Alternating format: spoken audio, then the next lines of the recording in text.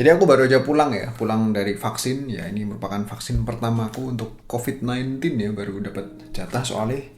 Anyway, jadi di sampingku ini ada sebuah tablet ya. Ini merupakan tablet terbarunya Samsung, kelasnya ya kelas, bisa dibilang kelas high end lah ya. Yaitu si Galaxy Tab S7 FE. Jadi ini merupakan alternatif terjangkau ya. Ada embel-embel FE-nya, alternatif terjangkau dari Galaxy Tab S7 Plus yang dulu pernah aku bikin video unboxing sekaligus hands-on-nya ya. Dan sekarang aku mau unboxing bentar, terus nanti akan aku hands-on, aku jabarin kapabilitasnya.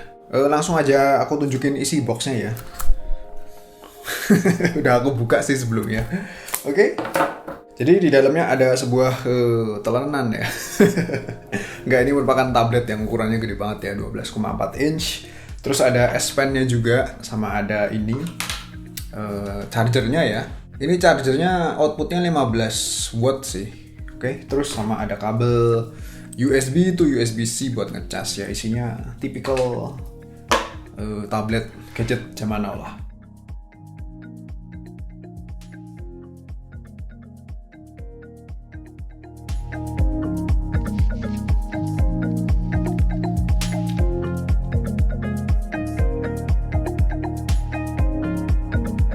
Apakah kamu lagi di Jogja dan lagi cari smartphone?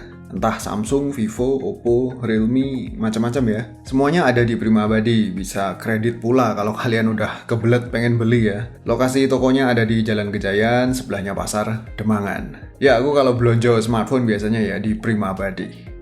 Oh ya, untuk daerah Jogja bisa delivery juga ya. Ya apalagi lagi PPKM gini kan males keluar rumah, tinggal telepon aja ya, kontaknya tadi udah aku sebutin, dan langsung aku hands on tabletnya ya. Ini tablet sangat menarik ternyata ya, di luar ekspektasiku. Dan good newsnya aku udah ngejajal ngegame di ini ya, di tablet ini ya. Ini kan chipsetnya pakai Snapdragon 750 5G. Tentunya udah support jaringan 5G, dan ini setauku merupakan chipset yang rada baru juga ya. Dan untuk RAM-nya, ini RAM-nya 6GB, storage-nya, internal storage-nya 128GB. Ada slot micro SD juga, up to 1TB ya. Sama ada single SIM ya, cuman single SIM sih, tapi ya udah cukup lah buat tablet ya. Gimana performanya? Jadi aku sempat ngetes Wild Rift seperti biasa ya. Aku set grafiknya ke opsi performance 60 fps. Dapat berjalan dengan lancar ya. Habis itu Genshin Impact aku juga sempat mainin ya. Menurutku idealnya di grafik lowest atau medium aja ya. Dan overall ini tergolong kencang performanya. Dan satu hal lagi yang nyenengin adalah pada bagian belakangnya ini terasa adem ya. Nggak panas sama sekali. Ukuran layarnya ini layarnya jumbo ya, 12,4 inch, gede banget. Tentu layar segini kalau dipakai buat gaming rada awkward ya. Ini cocoknya buat produktivitas ya, buat dipakai kerja pastinya. Apalagi kan doi ini dilengkapi dengan S Pen ya, jadi bisa dipakai buat gambar, nulis, doodling, bikin ilustrasi ini itu segala macem. Aku ceritain S Pen-nya bentar. Jadi ini sang S Pen-nya kagak ada Bluetooth-nya, sehingga nggak ada fitur Air Action kalau nggak salah ya namanya ya. Kayak di Galaxy Note series keluaran yang terbaru akhir-akhir ini kan ada Air Action ya, pakai Bluetooth gitu. Aku nggak tahu ya kalau yang di versi flagshipnya si Tab S7 Plus ada Air Action atau enggak, aku rada lupa soalnya. Tapi yang pasti fitur tersebut nggak terlalu penting ya menurutku. Malah lebih simple di sini karena nggak perlu dicas S Pen-nya. Dan untuk S Pen-nya sendiri gripnya enak ya. Ini teksturnya rada rubber gitu. Ukurannya juga gede ya pastinya ya. Terus buat nulis, responsivitasnya buatku sih udah lebih dari cukup ya. Ini kan klaimnya low latency, tapi berapa milisecond nggak disebutin sih. Habis itu S Pen-nya bisa ditempel di atas ini ya, biar dia nangkring gitu ketika dipakein ke keyboardnya. Ya intinya dengan kehadiran S Pen bawaan ini tentu para artis akan sangat happy ya buat gambar-gambar. Ini bisa ditempel di belakang sini juga ya. Mau lihat hasil karya gambarku berikut hasil doodlingku.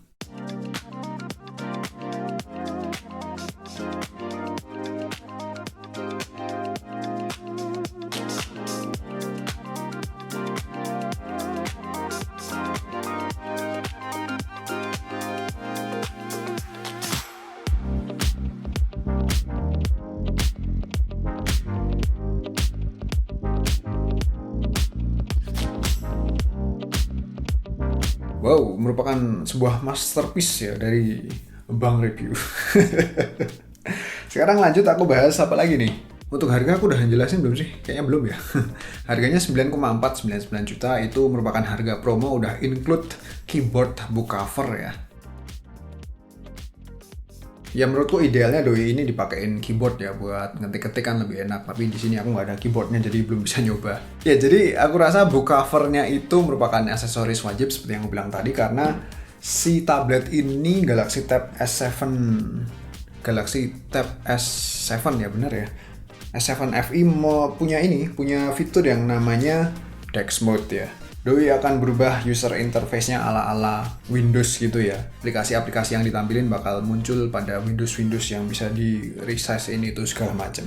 Ya lagi-lagi keyboard covernya merupakan hal yang wajib toh ya, dengan adanya keyboard cover bisa buat sebagai ini ya penyangga kalau ditaruh di meja ya kan lebih enak ya, kalau pakai satu tangan megang itu kan berat juga ya. Tapi yang disayangin adalah keyboardnya ini kenapa nggak sekalian dikasih touchpad ya. Kalau aku lihat di situsnya Samsung keyboardnya wujudnya kayak gini ya, nggak ada touchpadnya. Kalau misalnya ada kan jadi lebih mantep ya, nggak perlu pakai mouse, nggak usah pairing. Balik lagi ke layarnya yang jembar ya, 12,4 inch. Jadi ini resolusinya 1600 x 2560 pixel. Tidak setajam layarnya si Galaxy Tab S7 Plus, tapi udah cukup ya. Dan ini juga bukan pakai layar Super AMOLED 120 Hz kayak di sana. Ya Galaxy Tab S7 Plus itu ya ada harga ada rupa sih ya. Itu kan harganya berapa? Dulu waktu awal rilis 17 juta ya. Sekarang nggak tahu mungkin udah turun. Kalau ini kan harganya cuma 9,5 juta. Nah layarnya si doi ini pakai, coba tebak. Kalau ngelihat vibrantnya kayak AMOLED ya, tapi ini ternyata pakai TFT. Ya di luar ekspektasiku ya. Biasanya kalau TFT kan ya layarnya B aja, ternyata ini enggak ya. Ya TFT-nya menurutku ini merupakan yang terbaik yang pernah aku rasain pada gadget-gadget Samsung selama ini. Habis itu speaker ini juga menarik karena dual speaker ada di kiri dan kanan, featuring AKG dan support Dolby Atmos. Terus ini ya soal security ini patut aku bahas karena doi ini tidak dilengkapi dengan fingerprint sensor. Jadi cuman ada face unlock. Tapi tentu ya namanya face unlock di Android kan kurang secure ya, mending fingerprint. Jadi kalau pengen lebih aman ya mending pakai pin aja ya. Dan tak lupa sektor kamera depannya 5 MP, kamera belakang 8 MP. Konfigurasi kamera tentu kagak secanggih versi mahalnya si Tab S7 Plus. Tapi sekilas aku rasa udah cukup lah untuk kelas tablet ya.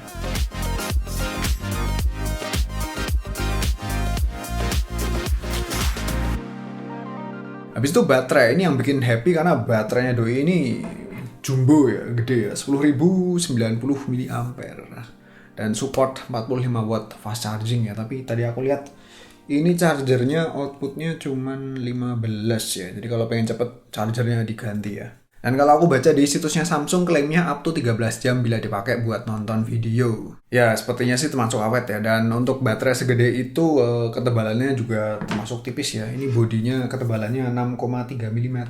Sedikit lebih tebal berapa nih? 0,5 mm daripada yang versi S7 Plus. Yang S7 Plus itu ketebalannya tipisnya nggak masuk akal ya.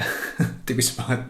Tapi ini udah termasuk tipis. Dan ngomong soal body, ini bodinya aku demen. Pertama karena materialnya ini metal ya. Terus bezel layarnya juga singset ya. Desainnya desain kekinian lah. Cakep ya.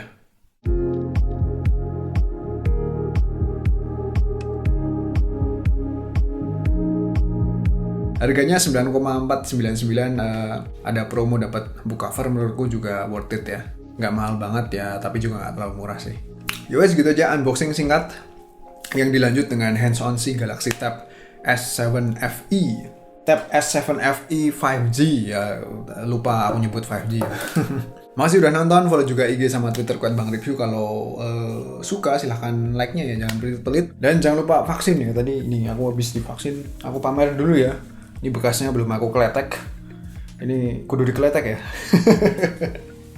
Sehat selalu, jangan lupa untuk patuhi protokol kesehatan ini itu segala macam, dan semoga kalian semua bahagia ya. Thank you.